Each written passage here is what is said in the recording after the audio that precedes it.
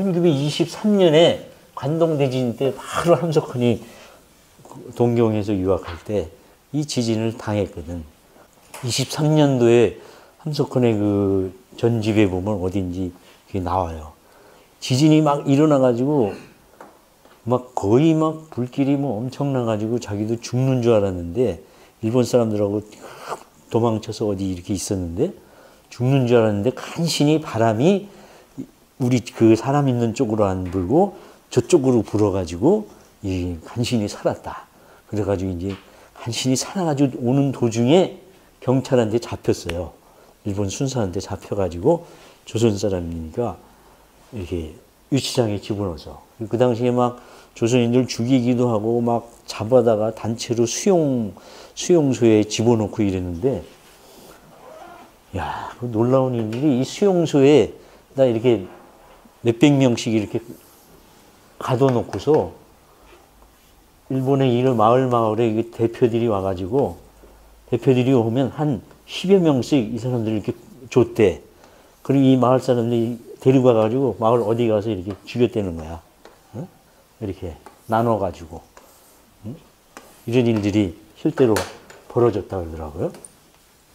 근데 함석헌은 유치장에 끌려가지고 거기서 하룻밤을 새우고 누가 이제 일본 친구가 와서 막 해명을 해주고 이래가지고 그 살아나서 간신히 목숨을 구했어요. 그래서 함석헌 선생이 그 기록을 쓰면서 무슨 얘기를 했냐 하면 자기는 일본 유학 와서 뭐 지금도 우리가 일본 가면 일본 사람들 얼마나 친절해요. 그죠? 참 착하고 친절하고. 그 당시에도 그렇겠지.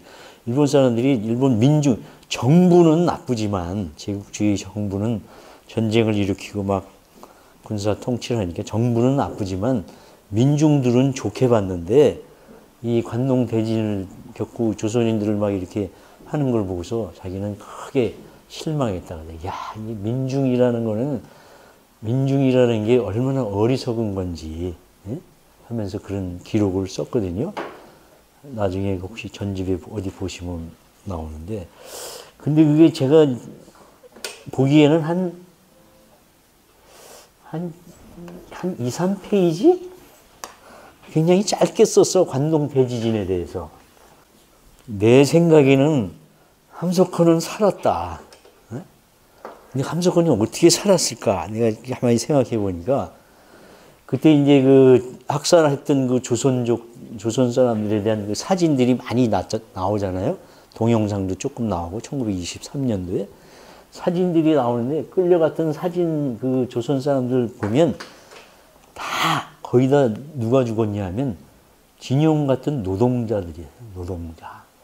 그러니까 입은 옷이나 이런 게 다 그냥 그리고 이 노동자들은 대개 일본 사회에서도 일본 공동체 이 변두리에 그 옛날에 청계천 판자촌 예? 있듯이 따로 이렇게 판자촌을 짓고 그런 데서 이제 사는 거 아니에요?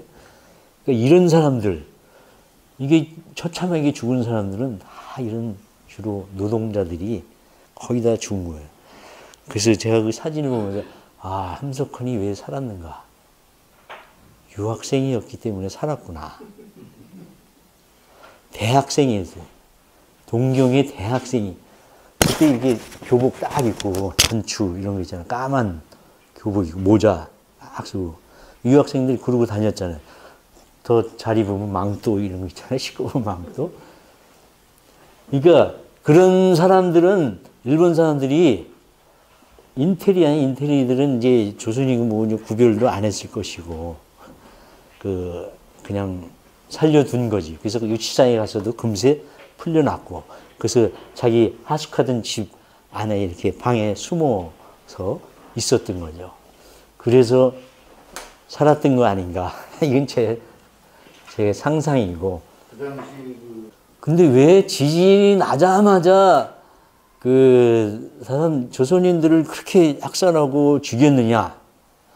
그러면 그분 얘기는 우리나라 동학혁명 때 일본군이 와서 진압했잖아요. 네? 일본군이 와서 진압했지. 그 다음에 1919년 3.1운동을 겪으면서 우리 조선인들이 얼마나 이 한마디로 한거가 센 그런 민족이라는 것을 일본 사람들이 다 알고 있었다는 거야. 그래서 1923년도만 해도 일본 내에서 여러 가지 책 중에도 센닝, 조센징이라고도 안 그러고 센징이라고 그랬다는데 더 낮춰가지고 센징에 대한 그 특징들을 사람들이 다 이렇게 알고 있었기 때문에 지진이 벌어지자마자 일종의 그 경계 심리, 그동안 들었던 이런 거로 인해서 확 순식간에 그 소문, 가짜 소문이 퍼지면서 학살이 막 여기저기서 진행됐다. 우리 인간은 굉장히, 우리 살아봐야 100년 아니에요. 우리는 상당히 짧은 기간을 살기 때문에 이 당면의 현재의 문제를 맞게 생각하기가 굉장히 쉽지 않은 것 같아. 근데 인류의 역사나 우주의 역사 이런 거 보면 우리가 얼마나 사는 기간이 짧은지, 그랬기 때문에 이렇게 참 슬픈 아픈 역사들이 반복이 되고, 이런 문제들을 우리가 적폐를 그냥 해결하지 못하고 계속 안고 평생 죽을 때까지 살아가는 거 아닌가. 아무튼 그런 여러 가지 생각이 들더라고요. 오늘 이제 그 함석헌의 문명이라든지 생명 이거를 가지고 우리가 잠깐 이야기할 텐데, 결국 이 문명이라는 것이 과연 진보하는 것이냐, 발전하는 것이냐, 역사가 발전하는 것이냐 하는 문제들을 이런 것과 연관지어서 생각해 보면서, 야, 정말 문명과 역사가 발전하는 것인지 아니면 계속 반복되는 것인지. 함석헌은 이 문명에 대해서 이런 얘기를 했어요. 인생은 바쁜 문명의 장터에서 잊어버림을 당하고 고아처럼 뒷골목 시궁 구멍에 헤매인다. 그래서 문명에 대해서 좀 부정적인 생각을 하고 있었죠. 특히 과학기술 문명이 계속 인간성을 마비시키니까. 근세에 과학이 발달하고 기계가 발명이 되어 공업이 일어남을 따라 사람들은 기술을 퍽 존중하게 됐는데 이것이 비극의 시작이다. 정말 중요한 것은 이 기술 뒤에 인격이라는 것을 인격이 있는데 그 인격의 모습을 보지 못하고 겉모습인 기술만 볼 때, 기술만 추구할 때 사람, 인간 문명은 결국 멸망의 길로 간다. 우리 인류는 자기가 만든 기계의 종이 된 죄수들과 같다. 이런 이야기를 한 적이 있습니다. 과학이라는 현상인데, 과학기술은 현상인데, 그 현상의 그 뒤에 숨은 인격의 모습, 그 현상의 뒤에 숨은 그 뜻이 중요한 건데, 그 뜻을 찾지 못하면, 그 뜻은 곧 정신인데, 그 정신을 찾지 못하면, 과학기술 문명만 가지고는 안 된다. 그 문명을 이렇게 정의했어요. 소재대로 있는 자연에 사람이 제 속에 정신을 넣어서 비추고 갈고 닦은 것으로 자기와 자연 속에 숨어있는 빛을 드러낸 것이 문명이다. 뭐 이렇게 얘기를 했는데, 이거 뭐 그런 얘기고, 그러면서도 함석헌은 이 과학기술 문명을 이제 우리가 알다시피 부정만 한 것은 아니죠. 한편으로 또 긍정적이었기도 했어요. 그래서 이제 나중에는 생명 복제를 해가지고 인간을 만드는 것까지도 어떤 긍정하는 그런 이야기를 했어요. 그래서 내 믿음은 사람이 생명 인조한다 해도 조금도 흔들릴 것 없는 신앙이다. 사람이 하나님 아들이라면 아버지 한 것을 아들도 하는 날이 올 것이다. 그런 날이 와야 될 것이다. 그러면서 과학과 종교에 대해서 이런 얘기를 했어요. 과학과 종교는 딴 세계에 속한 것처럼 알았는데 근래 과학이 보여주는 것은 두 세계가 둘이 아니요 하나가 아닌가 하는 것이다.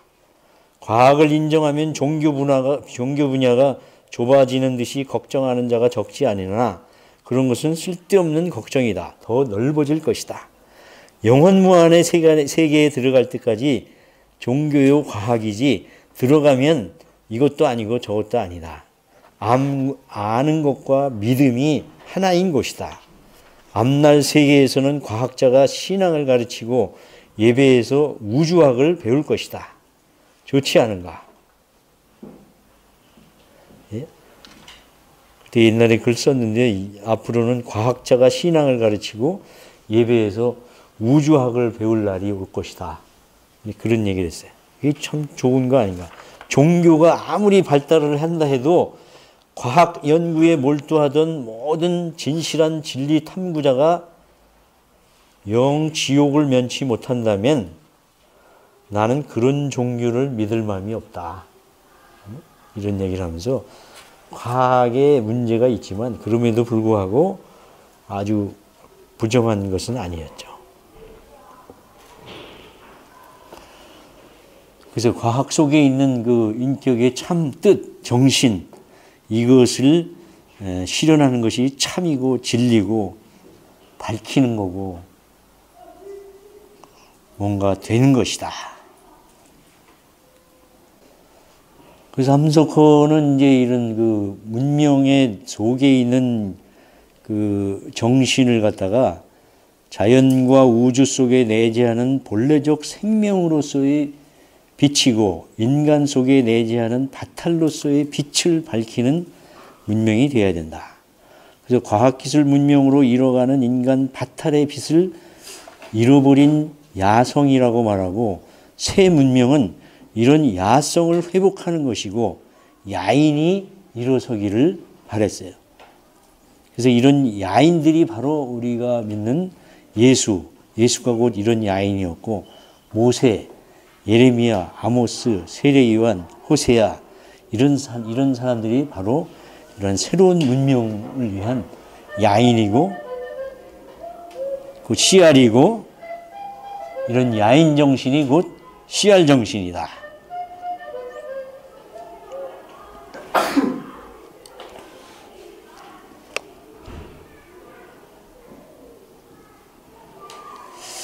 그러면서 이제 이 함석헌은 이 문명이 결국은 우리 자체의 문화로부터 시작돼야 된다. 그러면서 또 이런 얘기를 했어요. 우리 말로 할 수 없는, 우리 글로 쓸 수 없는 이런 종교나 철학이나 예술, 학문이 있다면 그것이 아무리 훌륭하고 해도 그거 가지고 살 수는 없다.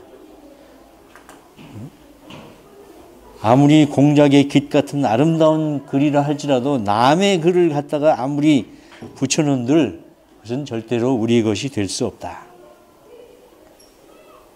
우리 글과 우리 민족 고유의 정신과 바탈을 가지고 새로운 우리의 문화와 우리의 문명 건설을 해야지 그때 당시에 밀려 들어오는 서구 문명에 대한 이런 거부감이 깊이 깔려 있는 그런 이야기를 했습니다. 함석헌은 결국 문명이 그러면서 이제 진보하고 발전하는 것인데 현대 과학기술 문명을 한편으로는 부정하면서도 한편으로는 또 긍정했다는 거죠. 근데 그 긍정의 뜻은 그 뒤에 문명 과학기술 그 뒤에 있는 참 인격, 참 정신 이것을 추구해야 그 문명, 과학기술 문명이 진짜 참 문명이 된다 하는 이런 뜻이 있다는 것을 우리가 생각해 볼 수 있습니다.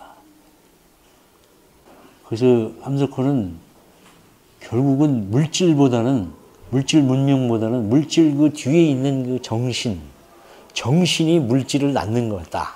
이런 얘기를 굉장히 많이 했죠. 그래서 전에도 얘기했지만 종이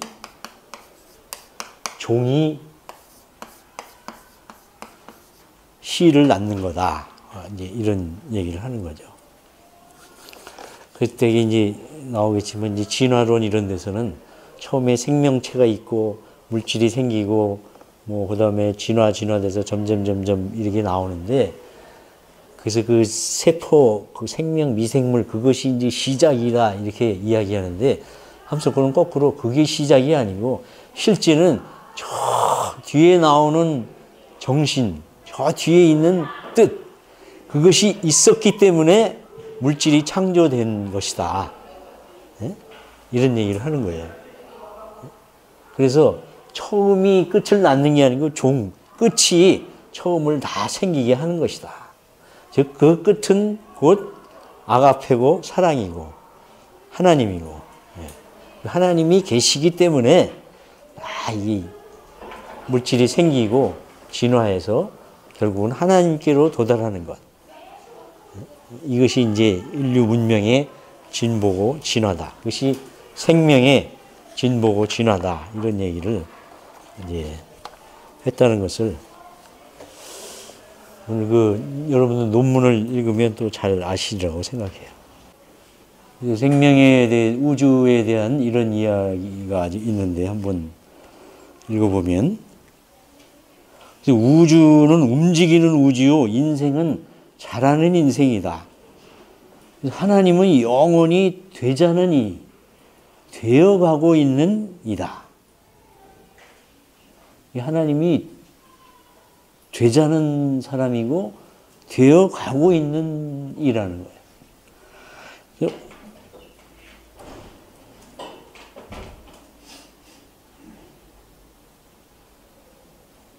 그래서 보수주의나 지배주의나 통치주의의 묵은 술에 취한 종교가는 그 귀족주의에 젖은 눈에 채 되지 않은 미완성 하나님은 아주 점잖지 못한 부정자 파괴자로 볼 것이요. 이런 말을 드리면 악이 털끝에 오를 것이다. 그러나 이게 무슨 소리냐면 그때 당시 교회의 보수적인 그런 교회 사람들이 내가 얘기하는 하나님이 이렇게 미완성이다 이런 얘기를 하면 아마 악이 털끝에 올라서 나한테 저항할 것이다. 그런 거죠. 그러나 함석헌이 이렇게 썼어요. 누구의 하나님이 이기나 보자. 모세가 하나님더러 이름을 물었을 때 하나님은 자기의 이름이 없고 있어서 있는 자라고 했다. 곧 나는 나다 하는 자다. I am that I am 하는 뜻이다. 그것은 더 똑똑히 말한다면 나는 있으려는 자로 있으려는 자다라는 뜻이다. 함석헌은 이거를 이렇게 해석했어요. 나는 있으려는 자로 있으려는 자다. 그래서 I shall be that I shall be. I am that I am을 I shall be that I shall be 이런 식으로 나름대로 자기가 그렇게 해석을 한 거예요. 그래서 함석헌에게는 하나님은 미완성, 진화하는, 자라는 하나님. 이게 이제 우리가 계속 얘기했지만 어떤 과정 철학적인 이런 신관을 가지고 있다는 거. 근데 그래서 이런 신관이 왜 나오냐 하면 결국 생명이라는 게 끊임없이 계속 자라나간다는 거. 이거를 얘기하기 때문에 이런 신관이 나왔다고 생각이 돼요.